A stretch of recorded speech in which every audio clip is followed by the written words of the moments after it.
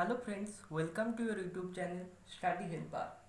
আজ আমরা ক্লাস 11-এর যে প্রথম কবিতাটি আছে আপন ওয়েস্টমিনিস্টার ব্রিজ তার অ্যানালাইসিস শুরু করব।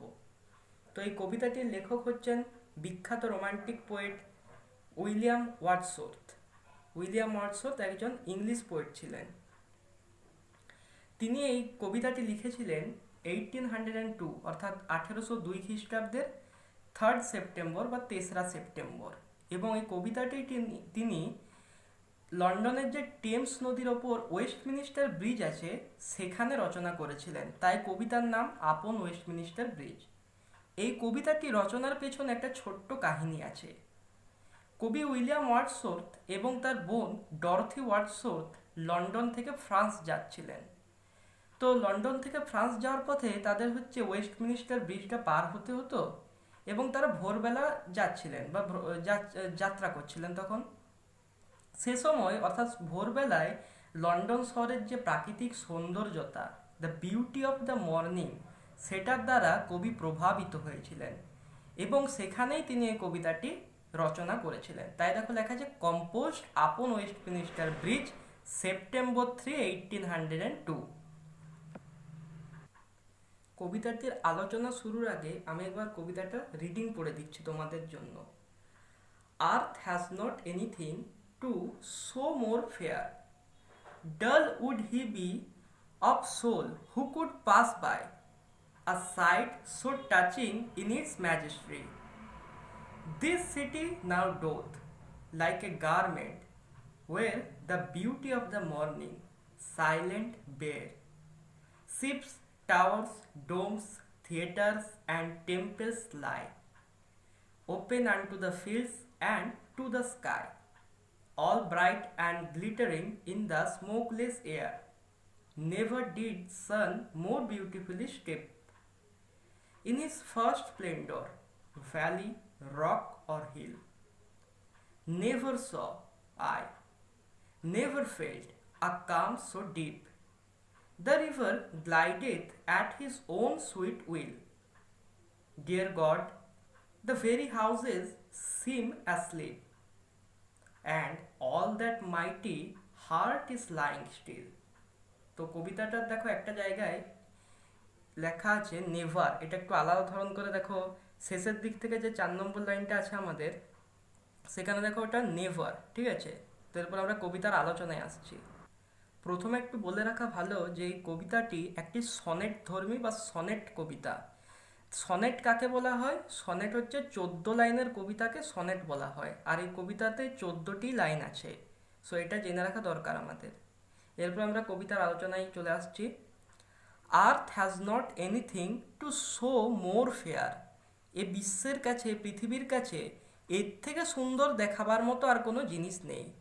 অর্থাৎ the beauty of the morning, অর্থাৎ এই সকালবেলার যে সৌন্দর্যতা, লন্ডন শহরের ওপর যে সৌন্দর্যতা, সেটাকে দেখে তিনি এটা মনে করেছেন যে এই পৃথিবীর কাছে এর থেকে সুন্দর দেখাবার মতো আর কোনো জিনিস নেই। Dull would he be of soul who could pass by, a sight so touching in its majesty. এরকম একটা মহিমাময় দৃশ্য, যে দৃশ্যটা সবাইকার নজর কাড়ছে, সেটা দেখেও যদি কেউ না দেখার ভান করে চলে যায়, বা এটা দেখেও যদি কেউ না থামে, তাহলে সে মনের দিক থেকে অনেকটাই নিস্তেজ বা অনেকটা বোরিং টাইপের। This city now doth like a garment wear the beauty of the morning silent bare. এই শহরটা পরিধান করে আছে বা পরে আছে একটা গার্মেন্ট, মানে হচ্ছে সাধারণত যেটা জামা বা পোশাক টাইপের। কীরকম? The beauty of the morning, অর্থাৎ এই সকালের যে সৌন্দর্যতা, সেটাকে পরে আছে এই শহরটা এখন। সাইলেন্ট অ্যান্ড বেয়ার, যেটা হচ্ছে নিস্তেজ বা শান্ত এবং উন্মুক্ত বা নগ্ন প্রকৃতির। Ships, towers, domes, theatres and temples lie, জাহাজ, টাওয়ার, গম্বুজ, নাট্যশালা এবং মন্দিরে সব কিছুই যেন এখনো ঘুমিয়ে আছে। Open আনটু the fields and to the sky, অর্থাৎ মাঠের দিকে হচ্ছে উন্মুক্তভাবে বা খোলাভাবে, এবং আকাশের দিকে, ঠিক আছে। All bright and glittering in the smokeless air. এই সব কিছু অর্থাৎ এই শিপস, টাওয়ার্স, ডোমস, থিয়েটার্স, টেম্পেলস, পুরো লন্ডন শহরটায় এই সকালে যে ধোঁয়াহীন, মানে সকালবেলায় তো নিশ্চয়ই কলকারখানাগুলো চালু হয়নি তখনও, ফলে সেখানে ধোঁয়া অতটাও শুরু হয়নি, তো সব কিছু যেন চকচক করছে এখনো।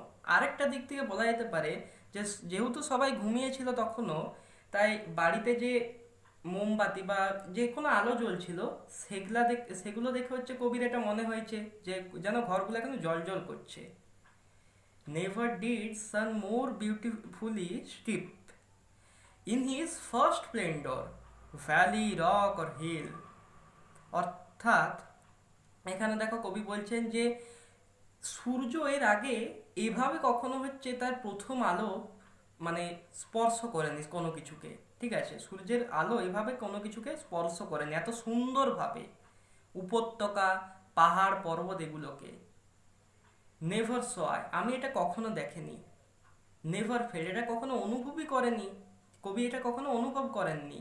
আ কাম সো ডিপ, এতটা নিস্তেজ, এতটা শান্ত পরিস্থিতি। The river glided at his own sweet will.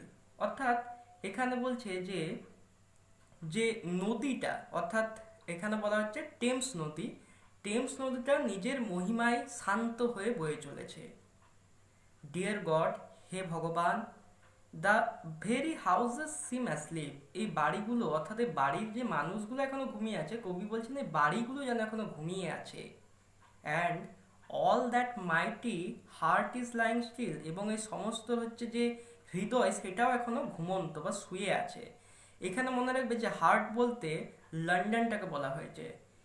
ইংল্যান্ডের হচ্ছে প্রধান শহর বা আশেপাশে অঞ্চল লন্ডনের যে ছিল তার মধ্যে প্রধান হচ্ছে লন্ডন, অর্থাৎ heart of the whole area বলা চলে। তার জন্য এখানে কবি বলেছেন যে হার্ট ইজ লাইং স্টিল, অর্থাৎ এখানে লন্ডন শহরটাকে বোঝানো হয়েছে। তো কবিতার একটা ইনার মিনিং আছে, সেটা আমি একটু আলোচনা করে দিচ্ছি। দেখো কবিতাটা শুরু হওয়ার আগে একটা ছোট ব্রিফ সামারি টাইপের দেওয়া আছে, এটা আমি পড়ে দিচ্ছি এবং এখান থেকেই তোমাদের কবিতা সম্পর্কে সমস্ত যে প্রশ্ন সে উত্তর তোমরা দিতে পারবে। The poet is touched by the untainted beauty of the morning over the city of London. London শহরের সকালবেলার যে সৌন্দর্যতা সেটা হচ্ছে কবির মন ছুঁয়ে গেছে বা কবিকে এটা নাড়িয়ে দিয়েছে। ইন হিজ পোয়েম, তার কবিতাতে, Wordsworth describes the pure and peaceful beauty of his city before the bustle and hurry of the day have started. অর্থাৎ সকালবেলায় যে কোলাহল, মানে সকালবেলায় মানে দিন যত বাড়তে থাকে, যত বেলা হতে থাকে, সব অফিস তারপরে কলকারখানাগুলো চালু হয়, মানুষের যাতায়াত বেড়ে যায়, তো এই কোলাহল শুরু হওয়ার আগে সকালবেলার যে শান্ত নিস্তেজ যে পরিস্থিতি সেটা হচ্ছে কবি সুন্দর লেগেছে। The poet is moved by the somnolent beauty of the morning that wraps up the city in tranquility. কবি হচ্ছে এই যে সকালবেলায় যে সৌন্দর্য দৃশ্যটা, যে সৌন্দর্যতা তা এই সিটিটাকে অর্থাৎ এই লন্ডন শহরটাকে পুরোপুরি ঢেকে দিয়েছে। কবির এটা একদম নাড়িয়ে তুলেছে যেটা বলে, বা কবিকে হচ্ছে কি বলবো, এটা the poet is moved by, অর্থাৎ এই কবি এটা দ্বারা প্রভাবিত হয়েছেন বলা চলে। তো এটা খুবই একটা সোজা পোয়েম। কবিতায় এখানে বোঝাতে চেয়েছেন যে কবি ওয়ার্ডসওয়ার্থ, উইলিয়াম ওয়ার্ডসওয়ার্থ লন্ডন শহরের যে সকালবেলার দৃশ্য, the beauty of the morning, সেটার উপর ভিত্তি করে এই কবিতাটা লিখেছেন। সো আজকের মতো এই পর্যন্তই। এই কবিতার থেকে আমরা কিছু কোশ্চেন পরের দিনে আলোচনা করব। Thank you guys for watching. Subscribe our channel and turn the bell icon to get all the notifications.